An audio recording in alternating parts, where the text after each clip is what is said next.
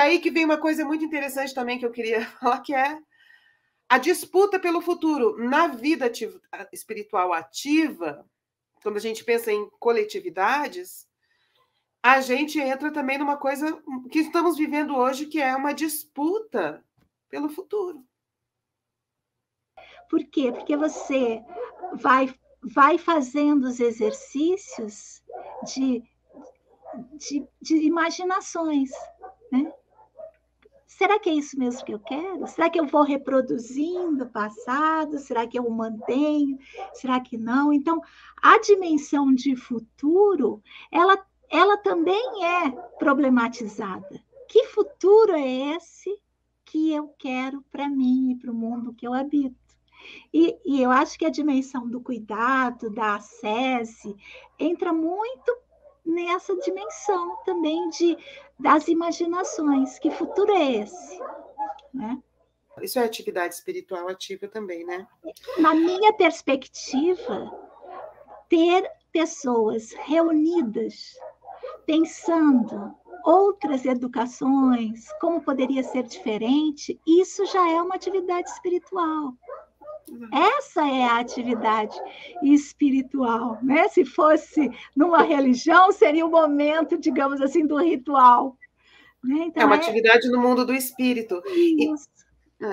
Outra coisa que eu acho que a gente podia conversar, Nina, sobre essa questão sobre essa ideia, né, geral de vida espiritual ativa, é a questão da poluição espiritual. Faz parte do mundo espiritual algumas falas, né, algumas ideias, alguns valores que são e suas justificativas, né? Algumas imagens, modelos de vida que são referências para a gente. E que esses valores, essas verdades, essas ideias, elas, para permanecerem no mundo, vamos dizer assim, né, incorporadas, elas precisam, de fato, ganhar corpos. É preciso que corpos transmitam esses espíritos e mantenham eles no mundo, né? Então, a arquitetura, o próprio gesto, a roupa, modelo da escola, os próprios meios de comunicação de massa, né? Os meios de comunicação, é preciso que um espírito incorpore num livro, é preciso que ele incorpore numa transmissão de rádio, é preciso que eles incorporem em transmissões de televisão. Tá? Então, para que os espíritos estejam circulando no mundo, é preciso que médiums, ou seja, que meios estejam presentificando continuamente esses espíritos. Se os meios, se os médios não presentificarem esses espíritos vão sumir, né? Por um tempo, pelo menos. Bom, a gente vive hoje numa época em que tem muitos médiums. E muitos médios, né? Hoje a gente tem o WhatsApp, o Facebook, o livro, a televisão, o podcast, os canais no YouTube. A gente tem muitos médios proliferando muitos espíritos. Quem fala desse jeito é um filósofo francês que eu gosto, que morreu há pouco tempo, é difícil falar o nome dele, mas é Stiegler, né, soletrando. E o nome dele não é francês, mas ele é francês, ele é imigrante, né, de outro país do norte da Europa. Então, essa coisa da poluição espiritual. Então, o que parece que hoje existem muitos médios proliferando uma variedade muito grande de espíritos que se contradizem entre si, que se anulam entre si e que se amontoam uns sobre os outros. Então, é como se o tempo todo os médios estivessem amontoando um monte de espíritos, a gente estivesse andando assim, ó, tentando passar por meio desse monte de espíritos, amontoados mesmo, né, presentificados o tempo todo na nossa frente. E esse filósofo chama isso de poluição espiritual. Essa é a poluição espiritual que a gente vive hoje, né? E aí eu fico pensando como lidar com isso, né? Como com essa poluição espiritual que vivemos hoje. Combina tanto com a questão do cuidado. Então, a questão do cuidado, porque é interessante assim, a gente pensar que toda a estrutura desses exercícios de ascese são movimentos para o exercício. Para quê? Justamente para poder trazer para a dimensão da vida, do corpo, da experiência, a condição de percepção daquilo que lhe convém ou não lhe convém. Então, na antroposofia, isso é muito, muito claro. Todos os exercícios que se faz, e tem um exercício junto a alguém que é chamado de olha que nome, gente, observação fenomenológica goetheanística. Para que serve?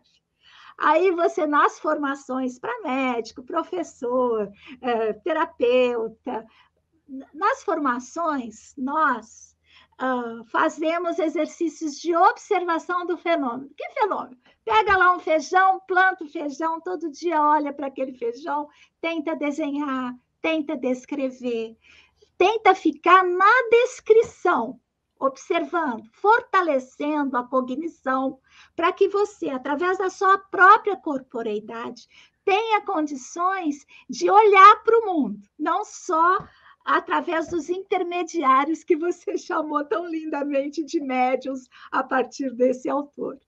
Então, o cuidado cotidiano de uma vida espiritual ativa também tem a ver com os exercícios que você faz para fortalecer a sua capacidade de, em meio a essa poluição imensa, sabe, conseguir perceber o que para você, de modo muito singular, único, convém ou não convém. Isso quer dizer que você vai comprar só coisas que te nutrem? Não. Isso quer dizer que quando você comprar uma coisa, que eu estou chamando de comprar propositalmente, que não lhe convém, você diminua um pouco o tempo para perceber isso. Ao invés de passar 30 anos repetindo e consumindo aquilo que não lhe compõe, você diminui o tempo para uns 12, na melhor das hipóteses. Mas é o exercício do cuidado, que é interessante que lá na biologia tem uma coisa que uma vez a minha nutricionista falou. Ela falou assim, quando eu comecei na nutrição, a gente tinha muito assim a ideia dos alimentos que têm os nutrientes, o que faz bem, o que não faz bem. Mas, hoje em dia, na nutrição, a gente investe na capacidade da membrana celular distinguir o que é alimento do que é envenenamento. Então, olha como até mesmo lá na biologia, lá na nutrição, a capacidade que a gente tem que perceber, se transformar essa membrana de exercitar. E como que a gente exercita isso? Através das práticas de ascese que existem por aí no mundo, da própria reflexão, às vezes, escutar um podcast ou um vídeo no YouTube que diz assim, olha, acorda para cuspir. Isso tudo vai nos ajudando a fortalecer a nossa membrana, a deixar entrar aquilo que nutre, a deixar sair aquilo que está me intoxicando. E eu acho que esse exercício de membrana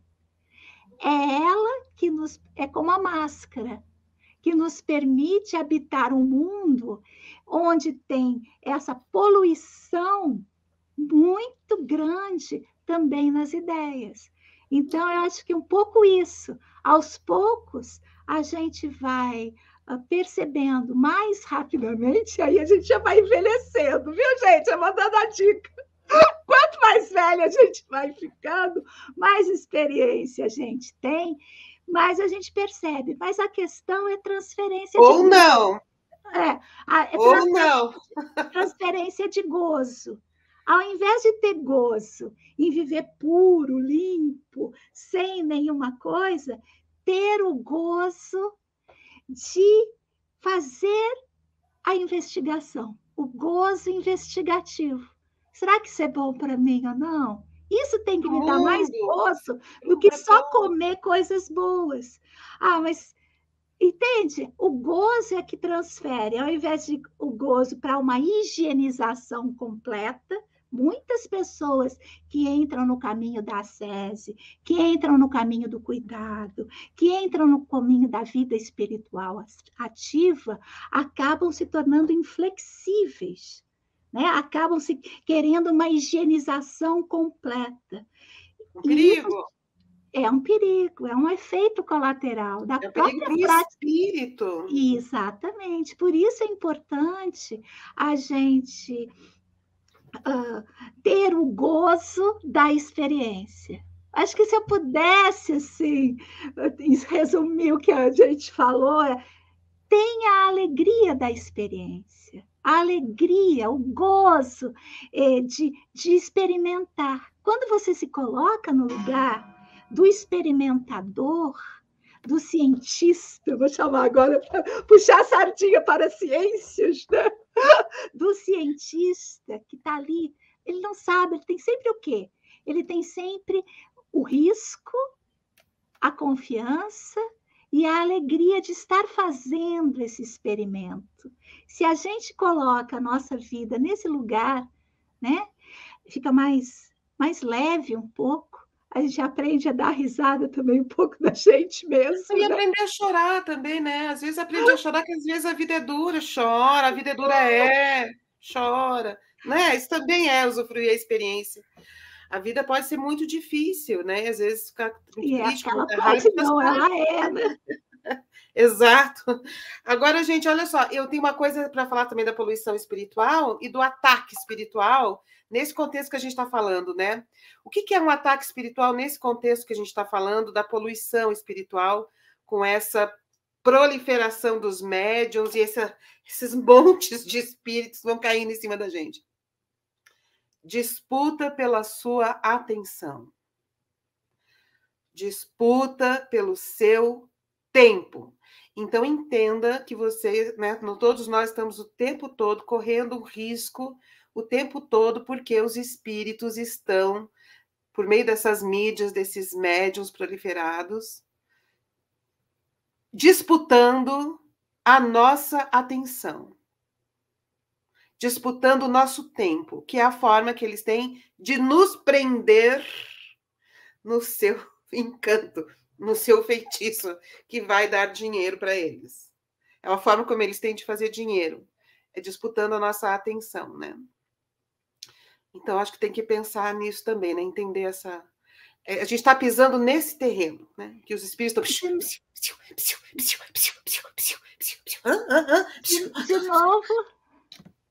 De novo é problematizar o próprio gozo,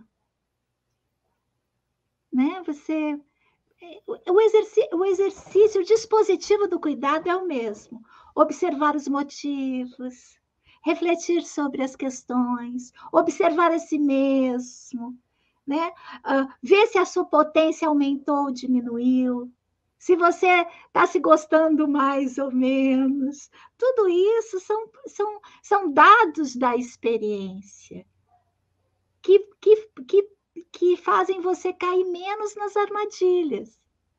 Né? Menos, né? Claro que a gente só cai em armadilha, né? A gente cai o tempo todo, né? Mas cai, vai descobrindo como sair dela. Cai, levanta. Então, eu acho que esse exercício é o próprio exercício daquilo que diz o nosso texto, vida. A vida é assim mesmo. Ela, né? E quando você tem uma vida espiritual ativa, você tem esse gozo por observar a vida vivendo. Né? E não só transformar você ou a sua realidade num produto para consumo, num produto idealizado, onde você vai lá, está tudo pronto, você alinhou pensar, sentir e querer, agora é imexível. Gente, agora faz a foto para o Instagram. Agora faz a foto para o Insta. Para aí que agora deu certo, não mexe não. E aí vem a vida, né? Por isso a questão da vida é tão linda, porque vem a vida e a vida não está nem aí para você, se você alinhou, se você não alinhou, ela vem e tira tudo do lugar. Eu gosto de pensar que nem bebê recém-nascido, né? Eu já tenho neto, então faz tempo que eu não pego nenenzinho recém-nascido, já tenho neto velho. Então, assim, quando aquele nenenzinho sai do forno, né? Que você chega com aquilo, fala assim, agora eu sei o que ela gosta, não tem isso? No minuto seguinte, o bebê te desmente. Você tem que estar o tempo todo, por isso esgota tanto também a maternidade do neonato. Por isso as ações de cuidado são tão importantes. Por isso que mesmo que a gente acorde, que a gente faça uma sese, que a gente perceba as dinâmicas da vida, de vez em quando a gente tem que dar uma pausa, maratonar uma série, sair para uma roça, parar de pensar, parar de olhar, dizer, não, agora, sabe, dá uma pausa também. Por quê? Porque senão a gente se esgota. Né? Até a vida espiritual ativa precisa ser problematizada. Muito bem. Vida espiritual. Vamos ter uma vida, agora vamos passar um tempo tendo uma vida espiritual descansada. Descansar um pouco. É ativo saber as pausas. As pausas fazem parte dos movimentos. E é isso que é interessante. Você parar de pensar, parar de estudar, parar de olhar, parar de refletir. Tudo isso tem. Por isso que muitas práticas de ascese também têm a questão meditativa, dos retiros. Né? A gente pode ver aí nessas filosofias, religiões, quantos retiros de silêncio, quantos momentos de meditação tem para esvaziar e poder nos permitir também voltar ao jogo mais forte, porque o jogo de viver não é fácil, não. Nunca foi, mas a gente está vivendo um momento histórico que o transformou, por causa de muitas questões, num desafio ainda maior, né? Não importa onde a gente esteja, os desafios são imensos. Por isso que eu desejo, sabe, para quem vai trilhar uma vida espiritual ativa, muita alegria, sabe? Alegria da experiência, alegria do olhar para si mesmo, para o outro, para o mundo, para que a gente possa também, né, nos fortalecer. Então, eu agradeço, viu, Fernanda? Eu saio com aquela sensação de que falei que não devia, falei demais, falei de menos, mas é isso, eu acho que o desafio é a conversa, coisa que hoje em dia está muito em falta, sabe? Faz falta a gente conversar também. É tão difícil, né? Principalmente quando a gente vem de escolas teóricas distintas, quando a gente não tem as mesmas referências, não tem as mesmas. Ninguém tem, mas tem gente que tem mais semelhanças, né? Conversar com o diferente é um desafio muito grande. E eu aqui, com a Fernanda, por mais que a gente tenha uma outra coisa que nos assemelham, as diferenças são imensas. Né? E isso é muito bom, a gente ter a oportunidade de explorar as diferenças e ficar nutrido com isso. Né? Muito bem. Muito obrigada, Nina, por topar essa parceria. Eu que agradeço. Então tá, pessoal. Muito obrigada.